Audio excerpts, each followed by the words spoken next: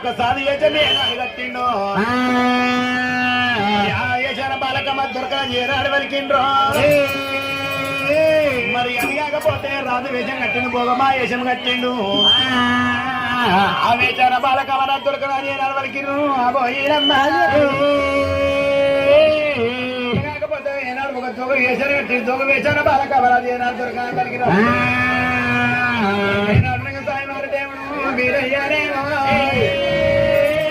దేవదేవుని మందకాల దేవుని వరే మందకాల